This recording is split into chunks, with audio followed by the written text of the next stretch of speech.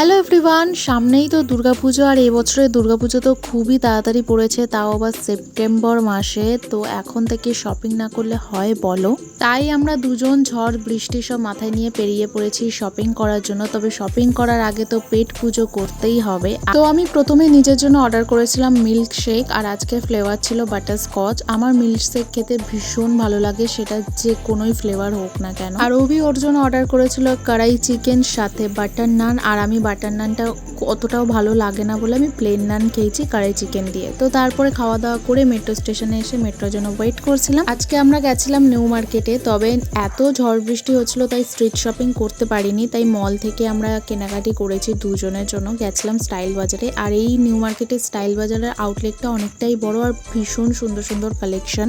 আজকে তো তোমাদের সাথে আমি কালেকশন শেয়ার করতে পারলাম না, বাট এখন তো ঘন ঘনই যাওয়া হবে পুজো শপিং করতে, তখন অবশ্যই তোমাদের সাথে কালেকশন শেয়ার করবো। এখনের জন্য বাই।